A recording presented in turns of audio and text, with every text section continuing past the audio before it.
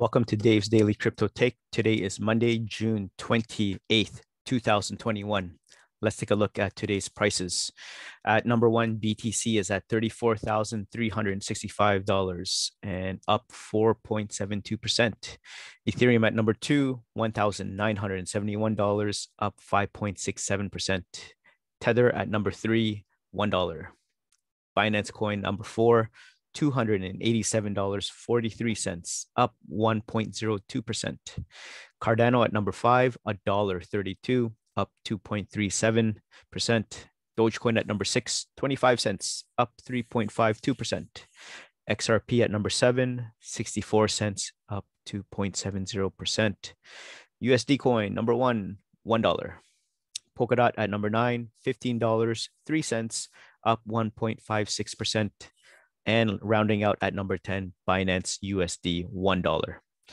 Let's take a look at the crypto fear and greed index. Extreme fear can be a sign that investors are too worried. That could be a buying opportunity. And when investors are getting too greedy, that means the market is due for a correction. So today is extreme fear at 25. Yesterday was, again, extreme fear at 22. Last week, extreme fear at 23, and last month, extreme fear at 18. So pretty much extreme fear all across the board. All right. Before we take a look at the table of contents, I just want to say thank you to all my subscribers and watchers and listeners. We've been at 2 weeks so far, so please continue with the support. Please like, share, and subscribe if you can. Please comment about whatever feedback or news you'd like to hear more about. And again, thank you so much for all the love and support. Thank you. All right. Let's take a look at the table of contents. We have about 5 articles today. Article number one is Analyst on Bitcoin's price. This movement is coming over the next few weeks. Article number two, 4 ways investors use support and resistance levels to make better trades. Article number three, Bitcoin ran into 2 headwinds, which was arguably healthy. Here's the what and the impact. Article 4, Britain bans Binance UK ops in latest cryptocurrency crackdown.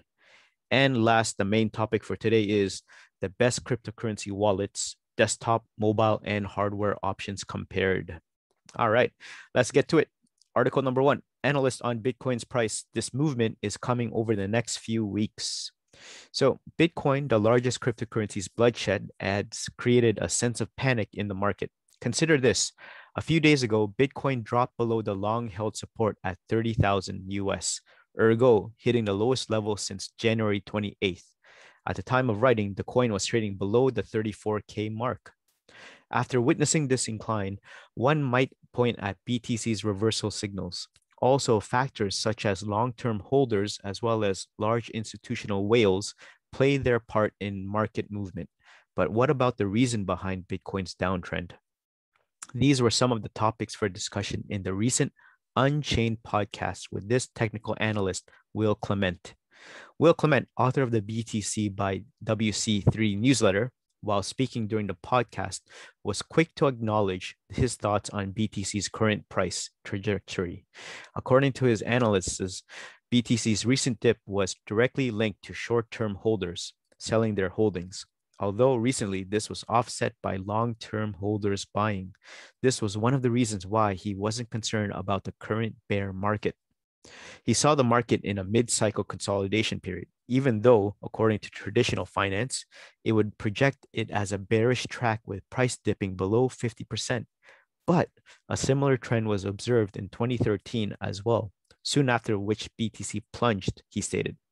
Quote, Bitcoin is deeply undervalued in the eyes of experienced market participants, and they are starting to buy discounted BTC. When you're in an asset like this, you should watch the people that have been in the market for a long time. This is showing in aggregate that the people that have been in the market the longest are buying right now very heavily. He reiterated that Bitcoin is still in the middle of a bull market as long as long-term investors continue to scale in the top crypto asset. Recent updates have catalyzed Bitcoin's downtrend. Factors such as Grayscale's recent sell-off fueled BTC's price decline. According to Bybit Analytics website, GBTC keeps trading at a discount of 12.7%. Grayscale Bitcoin Trust inflows remain negative. BTC showing reversal signals.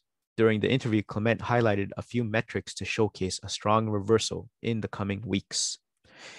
Using the aforementioned metric, he added, quote, there is a clear bullish divergence in the ratio, with a lower low made in price and a higher high in the ratio, aka strong hands are increasingly buying as the price is going down. Number two, another bullish divergence, SOPR. The metric showcased a higher high in the ratio where there's a lower low in price. Furthermore, it had painted a similar picture in late January. The analyst added, quote, the last time there was a bull div this clear was in late January when the price went on a strong rally following. Lastly, looking at a long-term holders, he added, there's water spilled all over the table. We use a piece of cloth paper towels to wipe down the spillage. These hands, the strong hands, are the long-term holders to clean the bloodshed. To conclude his analysis of the on-chain fundamentals, the analyst added, these metrics may not predict immediate next few days price action, but I highly suspect a reversal in coming over the next few weeks. So there you guys have it. Analyst on Bitcoin's price. This movement is coming over the next few weeks. What do you think? Is it going to go upwards or downwards? Comment down below what you think is going to happen. Article number 2, 4 ways investors use support and resistance levels to make better trades. Properly identifying support and resistance levels can be the difference between a winning trade and a significant losses. So, trading should be a simple process of buying low and selling high. But for many investors, the process is more akin to rocket science. One of the most basic and easy to understand strategies that can help accomplish this is to identify an asset's support and resistance levels. Once traders can spot the support and resistance levels, they can improve their entry and exit timing in the market. Support and resistance are also helpful during bullish, bearish, and range-bound markets. Let's take a moment to understand the basics. What are supports? Support is formed at a level where demand from the buyers absorbs the supply from sellers, preventing the price from declining further. At this level, the bullish traders are inclined to buy as they believe the price is attractive enough and may not decline further. On the other hand, the bears stop selling because they believe the market has fallen enough and may be due for a rebound. When both these situations occur, a support is formed. The above chart is a good example of a strong support. Every time EOS drops to the $2.33 level, buyers emerge and the selling reduces. This causes demand to exceed supply, resulting in a rebound. Although horizontal supports are considered to be more reliable, they are not the only way supports are formed. During uptrends, trend lines act as supports. So, Litecoin started its bull run in December of 2020. Thereafter, the price rebounded off the trend line on several occasions. This happened because when the price neared the trend line, the bulls purchased, believing that LTC-USDT pair had reached attractive levels to buy. At the time, counter-trend traders stopped selling, assuming that the near term may be oversold. Both these occurring at the same time caused the correlation and correction to end and the uptrend to resume. So what are the resistance levels? Well, resistance can be considered as the opposite of support because it is the level where supply exceeds demand, halting the up move. The resistance is formed when buyers who have purchased at lower levels start to book profits and the aggressive bears start shorting as they believe the rally is extended and ready for a pullback. When supply exceeds demand, the rally stalls and reverses. The support or resistance does not need to be a single level. The above chart shows how the area between 10,500 to 11,000 acted as the resistance zone. Whenever the price reached the zone, short-term traders booked profits and aggressive bears shorted the BTC-USDT pair. Between 2019 of August and July 2020, the pair turned down from the resistance zone on 5 occasions. Similar to support, the resistance line or zone does not always need to be horizontal. During the decline from May 6, 2018 to July 4, 2018, Ether rallied to the resistance line, also called the downtrend line, but turned down from there. This is because traders who had a bearish outlook used their rallies to initiate fresh short positions as they anticipated lower levels. At the same time, aggressive bulls who purchased on sharp dips closed their positions near the resistance line. Hence, the line acted as a wall and the price turned down from it. So, the identifying support and resistance during consolidation phases. Let's take a look. When the support and resistance are clearly defined as in the EOS USD pair above, traders can buy on a rebound off the support and wait for the price to rally near the resistance to close the position. The stop loss for the trade can be kept just below the support of the range. Several times, professional traders may try to hunt these stops by pulling the price below the support of the range. Therefore, traders may buy on the way up and also wait for the price to close decisively below the support before dumping their positions. Trading supports in an uptrend. Next one. When an asset takes support on an uptrend line 3 times, traders may expect the line to hold. Hence, long positions can be taken on a bounce off the uptrend line. The stops for the trade can be kept just below the trend line. However, in an uptrend, the break below the trend line does not necessarily mean that the trend has reversed. Many times, the trend just takes a break before resuming again. As seen in the chart above, the ETH pair took support on the uptrend line on several occasions. However, when the pair broke below the uptrend line, it did not start a downtrend. The price consolidated in a range for a few days before resuming the up move. Traders may close their long positions if the price dips and sustains below the uptrend line, but new short positions should be avoided. If the price resumes its uptrend after consolidation, traders may again look for buying opportunities. Resistance flips to support. When the price breaks out of resistance, the bulls try to flip the previous resistance into support. If that happens, a new uptrend begins or resumes. If this happens several times, it may offer a good buying opportunity. Bitcoin was stuck between the $10,500 to $11,000 zone from August 2019 to July 2020. After the breakout from the resistance zone, the price again dropped below 10,500, but the bulls bought the dip aggressively, flipping the level into support. This offered a good buying opportunity to traders as the new uptrend was just getting started. So, last one, support flips to resistance. Well, Polkadot's DOT chart above shows how the zone between $28.90 to $26.50 was acting as a support zone from Feb 14 to May 18 of this year. However, once the bears pulled the price below the support zone, the zone flipped over into resistance and has not allowed the price to break above it since then. This is an instance where a support zone turned into a resistance. So what are the key takeaways? First, while analyzing any coin, traders must look for support and resistance levels as they can act as good entry and exit opportunities. In an uptrend, traders should look to buy at support levels, and in a downtrend, traders should look to short at the resistance line.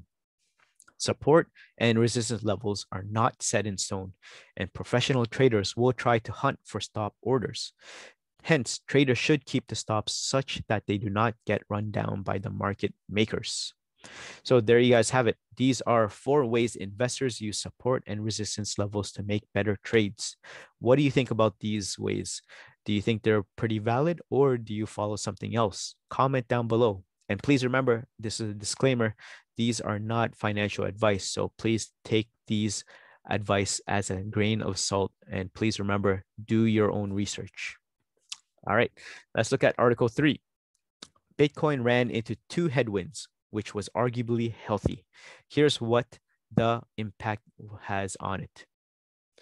Here, the ongoing market frenzy in the cryptocurrency market received mixed reactions from the crypto community itself. While many skeptics deemed that the crypto bubble would soon burst, other proponents remain undeterred with the long-term price projections of the king coin. The crypto market has suffered few corrections in the past. This time was no different. Bitcoin was trading just above 30K mark, whereas ETH was valued at around $1,700. The community can stop attributing different reasons for the current downtrend. It's important to acknowledge this fact. Things haven't been the same after recent energy FUD as well as China's crackdown on Bitcoin mining. The main question now is about how the future of cryptocurrency in the short term would look like. Ryan Selkes, founder and CEO of Messari, remained positive about the market. He tweets, 1. I've never been more excited for the future of crypto than I am right now. Q2 has been a bit of a show, but that doesn't take away most of the progress that's been made. So the second quarter mainly saw two events that directly affected Bitcoin as well as other crypto coins. Selkes stated it as Bitcoin ran into two headwinds that were arguably healthy. This is actually good news. 1. The ESG stonewall. 2. China bans Bitcoin. Both were meaningful de-risking events for the entire ecosystem, and we made it through unscathed. These events did affect the market on a massive scale. The energy debate was brought into the spotlight after Tesla's Elon Musk tweeted about it, while the Chinese crackdown on mining has affected Bitcoin's hash rate. Bitcoin saw an abrupt decline in price and an increase in selling pressure across different exchanges following this news. Crypto skeptic Peter Schiff had this to say on the same. Pumpers who were assured investors Bitcoin would never crash again now claim the crash is healthy and necessary to purge the market of excess speculation. They say China banning Bitcoin as other governments impose stricter regulations is bullish. The Nile ain't just a river in Egypt. In a series of tweets, Selkes addressed the different narratives to counter the two headwinds mentioned. He stated, first on China, others have covered this, but the China ban has been a long-standing source of FUD. In reality, everything we expected to happen in an actual ban played out. A. Temporary selling headwinds. B. Migration of mining capacity. C. Reduced geopolitical risks. On the topic of sustainable mining, he added, ESG risk associated with Bitcoin's mining's associated environmental costs. This was a much bigger risk to a continued adoption than China's warm embrace, which was never, ever going to happen. And ironically, the China ban helped mitigate ESG risk. As covered before, this is a paradigm shift in the mining industry, moving away from China to other parts of the globe, mainly North America. This was acknowledged in one of his tweets as well. It read, quote, since some of the dirtiest mining was happening within Chinese borders, as mining capacity migrated outside of the Great Wall, it got almost immediately cleaner. That plus the PR push we'll see from the Western miners in the coming months will reverse the Q2 ESG hiccup. With Bitcoin mining moving towards the West, Selkes noted that a greener crypto mining industry with the said geographical shift, the exodus could be a positive step towards reducing Bitcoin's carbon footprint. This could also result in improved mining decentralization, with China accounting for more than 50% of BTC mining. Until now, the shift in the long-term increased decentralization promises to make the Bitcoin network less vulnerable to the rules and regulations of any single country. So the concerns. One could look at the given facts above as a long-term effect, but what about the short term? With the current Bitcoin price action, will the market bounce within the said period? With BTC declining, alts follow the same path. Selkes tweeted, as Bitcoin goes, so goes the market in the short term. Here's another analyst, Phil Bibb, reiterating, if Bitcoin were to fall lower, losing another 30%, worst case, I'd expect alts to correct to do 2x worse from here. So, quick point to note on alts, if not already apparent. As a reminder, alts exploded while BTC was ranging from 50K to 60K. So if you can look here, alts therefore carrying significantly more downside risk than Bitcoin, with Bitcoin threatening lows. So there you guys have it. Bitcoin ran into two headwinds, which was arguably healthy. Here's the what and the impact. What do you think about it? Do you think it was good that Bitcoin went down? Let me know and comment down below. All right. Before we head into the next article, I just want to take the time to say thank you again. If you haven't subscribed to me on YouTube, please do so. And if you are more of a listener, you can catch me on Apple Podcast, Spotify Podcast, Google Podcast. And if you'd like, please subscribe. Please comment and give a comment and feedback on the podcast. It does help the algorithm as well. So thank you very much. All right, let's move on to Article 4. Britain bans Binance UK ops in latest cryptocurrency crackdown.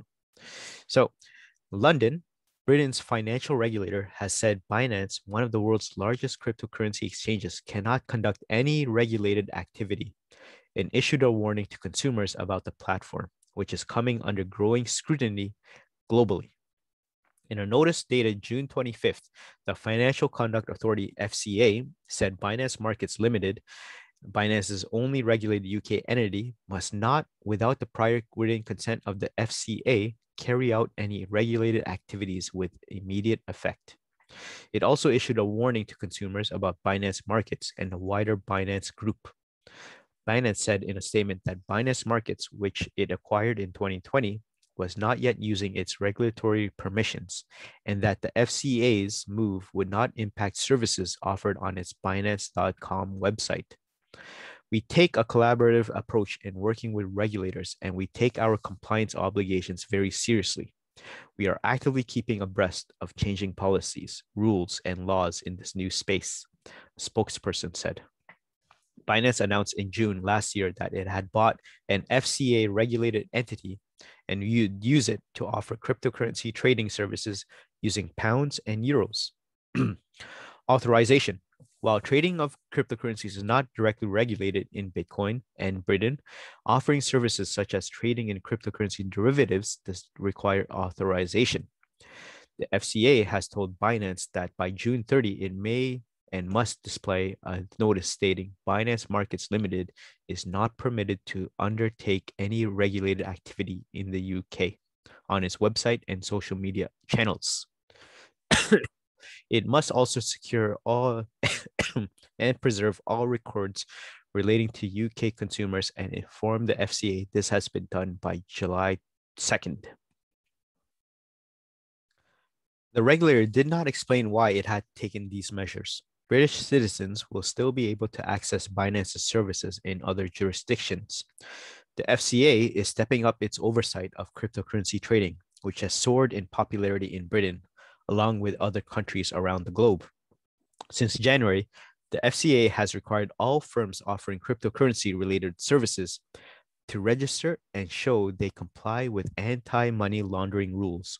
However, earlier this month, it said that it just had 5 firms had registered and that the majority were not yet compliant. Japan's regulator said on June 25th that Binance was operating in the country illegally, and notice posted on Japan's financial service agency website showed. Last month, Bloomberg reported that officials from the U.S. Justice Department and Internal Revenue Service who probe money laundering and tax offenses had sought information from individuals with insight into Binance's business. In April, Germany's financial regulator, BaFin, said that exchange risked being fined for offering digital tokens without an investor's prospectus. So, what do you think about Britain bans Binance UK ops in latest cryptocurrency crackdown? We saw yesterday that Ontario, Canada also banned Binance. Which country do you think is going to ban Binance next? Comment down below. All right, let's move on to our main topic today. The best cryptocurrency wallets, desktop, mobile, and hardware options compared. Looking to keep your cryptocurrency secure, you need a cryptocurrency wallet. So let's take a look. Whether you're just getting started with cryptocurrencies or have already accumulated a few different tokens, your choice of a digital wallet can have an outsized impact on the long-term security of your assets. Cryptocurrency wallets are a dime a dozen these days, each with its own strengths and weaknesses. Before understanding which wallet is right for you, here's why you should consider getting one in the first place. Why use a private cryptocurrency wallet? Unlike most other asset classes, cryptocurrency was designed to be held by individuals rather than large businesses and corporations. In other words, you can take full custody of your digital tokens, eliminating any dependence on third parties or middlemen. This is perhaps unsurprising since the cryptocurrency movement was originally built upon the idea of the decentralization of wealth. However, there are also pragmatic reasons as to why you should hold your cryptocurrency wealth in a private wallet. Since Bitcoin's inception in 2009, digital currency exchanges have been relentlessly targeted by hackers and other malicious actors. Until recently, these entities were largely unregulated and offered little protection to their users. Lackluster security practices and hacks were reportedly responsible for around $4 billion worth of cryptocurrency losses in 2019 alone. Withdrawing your cryptocurrency from an exchange makes you a significantly less lucrative target. Furthermore, with an offline paper wallet, you can even make it impossible for attackers to see your cryptocurrency wealth, let alone gain access to it. So, which cryptocurrency wallets are the best? Well, let's take a look. Desktop cryptocurrency wallets number one, Electrum. Electrum is your best bet if you're looking for a Bitcoin only wallet on your desktop computer. First released in 2011, it is perhaps the single most popular wallet among enthusiasts. There are several reasons for this, including the fact that Electrum is completely open source and offers many features. Electrum offers impressively security features, including support for passphrases, multi-signature wallets, and two-factor authentication, among others. Variants or forks of Electrum also exist in case you need to store some Litecoin or Dash as well.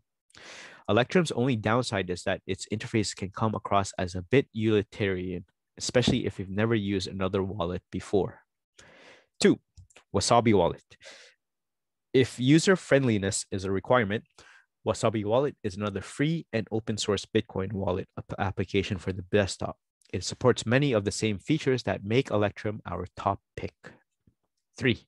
MetaMask. For Ethereum, the closest analog to the aforementioned wallets would be MetaMask.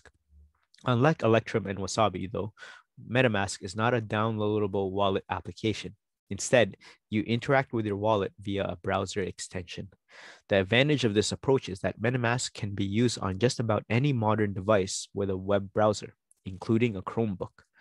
MetaMask also includes native support for tokens built on top of the Ethereum blockchain, so you can use the same wallet to store hundreds of other assets. Many popular tokens fit this criteria, including Chainlink, Uniswap, VeChain, and USD Coin, to name a few. So honorable mentions, if you're looking for an even wider range of supported cryptocurrencies, you will have to trade security for convenience. Wallets such as Jax and Exodus can store dozens of tokens simultaneously and do not come with a price tag, but are not open source and have limited functionality in some cases. Having said that, they do boast superior user interfaces and design, making navigation easier if you're a cryptocurrency beginner. Next, mobile cryptocurrency wallets. So number one, Samurai Wallet. Samurai Wallet is a relatively new but completely open source mobile app that has gained popularity in the Bitcoin community over the past few years. Like Electrum on desktop, it is extremely feature rich, including unique privacy-centric functions such as coin join. 2. Coinbase Wallet. So 3. Ethereum wallets, MetaMask and MyEther wallet. Choices for Ethereum wallets on mobile are equally as plentiful. MetaMask and MyEther wallet are well-known open source wallets you can find on both Android and iOS. However, if you don't need your wallet to be open source, Coinbase wallet may be worth considering. While it lacks some more advanced features found in Electrum and MetaMask, it offers a middle ground between convenience and security. As for security, it is perhaps the only mobile wallet owned and developed by a listed American company. You do not have to be a Coinbase user to download and use this app, but if you are, the wallet can also be linked to your account for easier transfers. The app creates a unique wallet when you set it up, so even if Coinbase goes under, your tokens will remain unaffected. Hardware wallets, Trezor versus Ledger. Trezor and Ledger are the de facto hardware wallet manufacturers in the cryptocurrency industry. and for good reason. Both have been around for several years and have weathered multiple exploit attempts successfully. To date, neither company's products have suffered from a critical security flaw. The Ledger Nano S and Trezor One has both priced roughly at the same at $60, offer the cheapest entry points into the world of hardware wallets. They each offer significantly superior asset security since your cryptocurrency is fully isolated from vulnerable devices such as your phone, desktop, or laptop. The risk of losing the device aside, there's no safer way to hold cryptocurrency than owning one of these wallets. Support for cryptocurrency tokens varies from device to device, so be sure to check out the manufacturer's page for more information. Whichever device you choose, though, the chances are it would hold dozens of tokens, more than any desktop or mobile wallet application can achieve. So, securing your wallet. Regardless of the platform your wallet lives on, desktop, mobile, or discrete hardware, the responsibility of securing your wealth lies solely with you. To ensure that your cryptocurrency stays safe, ensure that you back up your wallet's recovery phrase or seed words. This way, you can restore your wallet on a different device, even in the event of a theft or loss. Furthermore, if your wallet supports it, consider turning on two-factor authentication and other security features. Nearly 20% of all Bitcoin, roughly $200 billion, is estimated to be lost forever due to lost passwords, keys, or recovery seeds. As the enthusiast community has proclaimed for nearly a decade, not your keys, not your crypto. So there you guys have it. The best cryptocurrency wallets, desktop, mobile, and hardware wallets options compared. Comment down below, which one do you use? Are you still keeping your cryptocurrency on an exchange, or do you have it on a desktop, mobile, or hardware wallet? I'd like to know and comment down below. All right, let's take a look again at our cryptocurrency prices. At number one, we got BTC at $34,596. Ethereum at number two, $1,980. Tether number three, $1. Binance Coin number four, $287.93. Cardano at number five, $1.32. Dogecoin number six, 25 cents. XRP number seven, 64 cents. USD coin at number eight, $1. Polkadot at number nine, $15.02. And rounding out at number 10, Binance USD, $1. So there you guys have it. Thank you again. If you made it this far into Dave's Daily Crypto Take, please subscribe, share, like, do all that you can to help support me and the channel. And if you are listening on podcast, again, Apple, Spotify, and Google Podcast, you can use it on Android or iOS. So I hope you have a lovely day, and I'll see you in the next one. Peace.